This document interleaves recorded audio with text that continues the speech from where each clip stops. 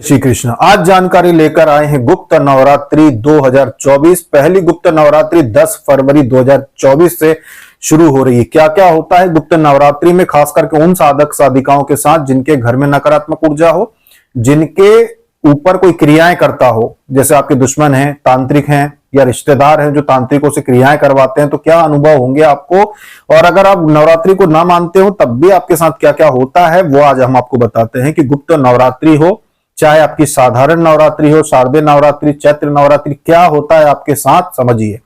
सबसे पहले बात करते हैं घर में नकारात्मक ऊर्जा की। अगर आपके घर में भूत प्रेत पिशाच किसी भी प्रकार की नकारात्मक ऊर्जा रह रही होती है, गुप्त नवरात्रि में सभी की शक्ति बढ़ती है, चाहे वो नकारात्मक ऊर्जा हो चाहे सकारात्मक ऊर्जा। देवी देवता, कुल देवता, घर की कुल देवी, सभी की शक्ति बढ़ती है। वैसे ही नकारात्मक ऊर्जाओं की शक्ति बढ़ती है। जिनके घर में प्रेत उपस्थित होता है, जिनके शरीर में प्रेत उपस्थित होता है, नवरात्रि के 9 दिन में अगर आप पूजा पाठ नहीं करते हैं, घर में दिया नहीं जलता है, अगर आप उस समय कोई हवन वगैरह में भी शामिल नहीं होते हैं, मंदिर में भी नहीं जा रहे होते हैं, तो नवरात्रि के 9 दिनों में आपके शरीर से रक्त का एक प्रकार से कमी होती है। खून आपका कम होता है, क्योंकि जो नकारात्मक शक्तियां होती हैं वो रक्त चूसती हैं, खून को चूसती हैं, जिसका प्रभाव आपके शरीर पर दिखाई भी देता है। अगर नवरात्रि घर घर में प्रेत है और नवरात्रि आपकी पूरी जब निकलती है 9 दिन की, तो 9 दिन में अगर आप देखेंगे तो आपका शरीर का चमक चली जाती है, वजन भी थोड़ा सा कम हो जाता है और आपको ऐसा अनुभव होता है कि बहुत ज्यादा कमजोरी हो गई है। 9 दिन में आपको बहुत तकलीफ होती है, क्योंकि ये नकारात्मक शक्तियां आपके शरीर को पूरी ताकत से, साधारण दिनों में वो थोड़ा थोड़ा नुकसान पहुंचाती हैं शरीर को, लेकिन नवरात्रि में 10 गुना ज्यादा आपको नुकसान पहुंचाती हैं, जिसका आपको चिड़चिड़ापन भी होता है, मानसिक स्थिति भी बिगड़ती है। यहाँ पे काले बड़े बड़े गड्ढे होते हैं, आंखें अंदर धंसती हैं, यहाँ पे बड़े बड़े गड्ढे हो जाते हैं, और भी बहुत सारे लक्षण आपको दिखाई देते हैं नवरात्रि में जब नकारात्मक शक्ति हो। अब तांत्रिक क्या करते हैं नवरात्रि में? अगर आपके ऊपर किसी प्रकार की कोई क्रिया की जाती है तांत्रिकों के द्वारा या अन्य किसी व्यक्ति के द्वारा, तो नवरात्रि में आपके घर में स्वयं तांत्रिक सूक्ष्म रूप से आकर आप क्या कर रहे हो वो देख रहा होता है। 9 दिन तक अपनी क्रियाओं को और ज्यादा वो ताकतवर बनाता है, आपकी बुद्धि को और ताकत से बांधता है, कि जिससे आपका ध्यान कथा, अगर आप पहले सुनने जाते हो तो अब आप कथा सुनने ना जाएं, आप किसी मंदिर में जाते हो तो अब आप मंदिर जाना छोड़ दें, आप किसी प्रकार का पूजा पाठ अनुष्ठान पहले करते हो तो अब वो आप करना छोड़ दें। ये सारे प्रयास तांत्रिक करता है। नवरात्रि के 9 दिन तक वो इस तरीके से आपको बांधता है कि आप अगले कई महीनों तक आपको होश ही नहीं रहता कि हमें कोई तकलीफ है, या हमारे बच्चों की बुद्धि में, पढ़ाई लिखाई में उनको कोई तकलीफ हो रही है, या हमारे घर में कोई तकलीफ है। आपको बिल्कुल ऐसा समझ में नहीं आएगा कि महीना निकल गया, ये 1 महीना पूरा निकल जाएगा और आपको कुछ भी याद नहीं रहेगा कि आपने इस महीने को इतनी तेजी से निकल गया, आप कुछ कर ही नहीं पाए। आप बिल्कुल यूं ही एक दैनिक जो होता है ना, सुबह उठे, बनाया, खाया, सोए, साधारण से समय में ही, साधारण दिनचर्या में ही अपना महीनों बिता देंगे। आपकी बुद्धि ऐसी बंदी होगी कि कुछ भी नया करने का आपको पछतावा नहीं होगा। जो कर्म करने वाले लोग होते हैं उनको पछतावा होता है कि भाई अपने इस महीने में अपने को लाभ नहीं हुआ, या कोई उन्नति नहीं करी अपन ने, नौकरी में, व्यापार में कुछ अपन ने बढ़ोतरी नहीं करी, कुछ आगे नहीं बढ़े। उनको एक एक दिन, एक एक महीना बहुत महत्वपूर्ण लगता है, लेकिन जिनके ऊपर क्रियाएं हो जाती हैं उनके कई महीने निकल जाते हैं और बस वो दैनिक कार्यों में लगे रह जाते हैं, कुछ नया नहीं सोच पाते। बच्चों का एग्जाम सामने आ जाता है, उनको पता नहीं चलता कि कब कितने महीने निकल गए। हमने 3 महीने पहले बात की थी कि बच्चों की तैयारी करवाना है, बच्चे का एग्जाम आ गया, हमको होश ही नहीं था। इसका कारण होता है नकारात्मक शक्ति। जब कोई तांत्रिक क्रिया करके बांधता है आपके बुद्धि को, तो इस प्रकार की होती है। एक तांत्रिक कई कई घरों को बांध कर रखता है। एक सामान्य जो तांत्रिक होता है वो 60-60, 70-70 घरों में क्रियाएं एक समय पे करके रखता है और सभी को बांध कर रखता है कि कोई की उन्नति ना हो। क्योंकि आप जानते हैं कि समाज में एक तो योग्यता की दम पर लोग बराबरी करते हैं एक दूसरे से, दूसरा रहता है धन की दम पर, कि जिसके पास धन होता है वो ये सोचता है कि भाई मैं और धन कमाऊं, धन की तुलना करता है लोगों से।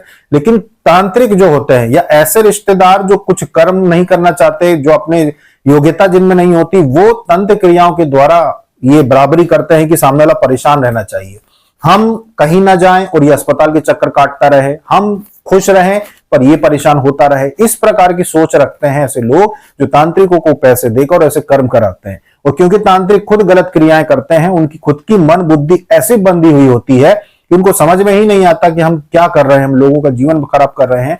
वो मरने के बाद हमें पाताल जैसे लोकों में ब्रह्म राक्षस जैसी योनि प्राप्त होगी। तो नवरात्रि में तांत्रिक हो चाहे घर में नकारात्मक ऊर्जा हो, इनका बहुत बड़ा दुष्परिणाम देखने को मिलता है अगर आपने कुछ नहीं किया।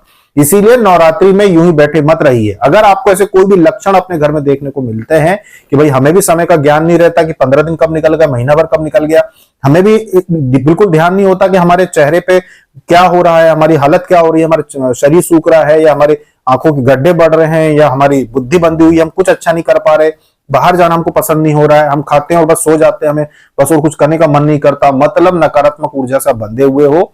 और जरूरी नहीं है कि हर तांत्रिक हर क्रिया करने वाला आपको मारना चाहता हो। मारना बहुत कम लोग चाहते हैं, ज्यादातर लोग 99% सिर्फ परेशान देखना चाहते हैं कि सामने वाला बस परेशान हो, सामने वाले को मारना नहीं चाहते, सिर्फ परेशान हो, ये जीवन में उन्नति ना करे, इनके बच्चे उन्नति ना करें, ये एक साधारण सा जीवन जिए, परेशान रहे, बस इसमें उनको संतुष्टि है। भले ही आपको उससे ज्यादा फर्क नहीं पड़ रहा, आप खा रहे हैं पी रहे हैं सो रहे हैं, आपको उससे ज्यादा फर्क नहीं पड़ रहा, बस जो थोड़ी बहुत तकलीफ आपको हो रही है उसी से आपके दुश्मन प्रसन्न रहते हैं कि चलो उनको तकलीफ तो हो रही है, नकारात्मक शक्ति घर में है तो इसी से वो खुश रहते हैं। इसीलिए नवरात्रि में आपको कुछ उपाय बताते हैं जो करना ही चाहिए, जो आपको बहुत प्रबल और शक्तिशाली बनाते हैं, नकारात्मक शक्तियां घर से दूर रहती हैं। देखिए क्या करना है। भले ही आपको पता हो चाहे ना पता हो कि आपके ऊपर किन देवी देवताओं की कृपा है, आपको नहीं पता कि किन देवी देवताओं की कृपा है, तब भी आप ये प्रयोग करो। जिनकी भी कृपा है उनकी शक्ति इतनी बढ़ जाएगी कि वो आपकी घर की सुरक्षा करेंगे, बंधन लगाएंगे घर परिवार पर, आपकी बुद्धि पर, आपके घर में कोई नकारात्मक ऊर्जा प्रवेश नहीं कर पाएगी। क्या करना है, जब भी नवरात्रि पड़ती है तो कुछ नहीं तो सुबह और शाम दिया जरूर लगाएं। और जिन लोगों की आर्थिक ऐसी व्यवस्था सही हो कि 9 दिन का अखंड दिया आप जला सकते हो तो 9 दिन का अखंड दिया जरूर जलाएं। अभी गुप्त नवरात्रि में आपको जवारे नहीं लगाने हैं, लेकिन 9 दिन का अखंड दिया जलाएं, इस आशा से कि घर में कुल देवी का सबसे ज्यादा आशीर्वाद प्राप्त हो, घर पे जिस भी देवी देवता की कृपा हो, वो घर में बंधन लगाए, बहुत मजबूत बंधन लगाए और कोई नकारात्मक ऊर्जा तंत्र क्रिया आपके घर में प्रवेश न कर पाए, असर न कर पाए। तो आप 9 दिन अखंड दिया जलाओ, ये बहुत महत्वपूर्ण होता है। इसके अलावा दीप दान करो 9 दिन तक, किसी भी देवी मंदिर में, जिन भी देवी का मंदिर हो वहां पे दीप दान करो। आप घर से आटे का दिया बनाओ, घर में जो बनाते ना आटा मस के, उसका एक दिया बनाओ, उसमें घी का अब जोत लगाओ और मंदिर में जाके वो लगा कर आओ और माता से प्रार्थना करके आओ। 9 दिन तक अगर आप दीपदान करते हो, 9 दिन तक अगर घर में अखंड दिया जल रहा है, घर में अखंड दिया नहीं जला सकते हैं, वो मंदिर में जाके 9 दिन तक दीपदान करके आओ, ये बहुत महत्व रखता है।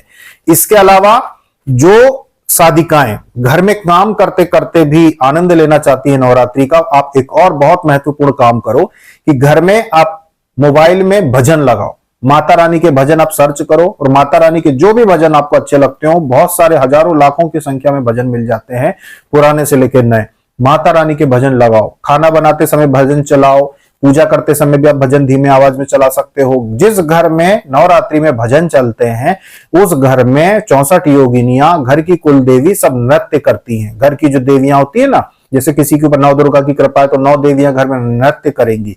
जिन्होंने नवाण मंत्र साधना की है तो तीनों देवियां माता काली, महालक्ष्मी और मां सरस्वती घर में नृत्य करेंगी और आशीर्वाद देंगी। नकारात्मक चीजों को, किसी प्रकार की तंत्र क्रिया को नष्ट करेंगी, घर से दूर रखेंगी। तो घर में आप भजन चलाइए, ये भी बहुत महत्व रखता है। जो आपको लगता होगा कि बहुत छोटी सी बात है, बिल्कुल छोटी सी बात नहीं है।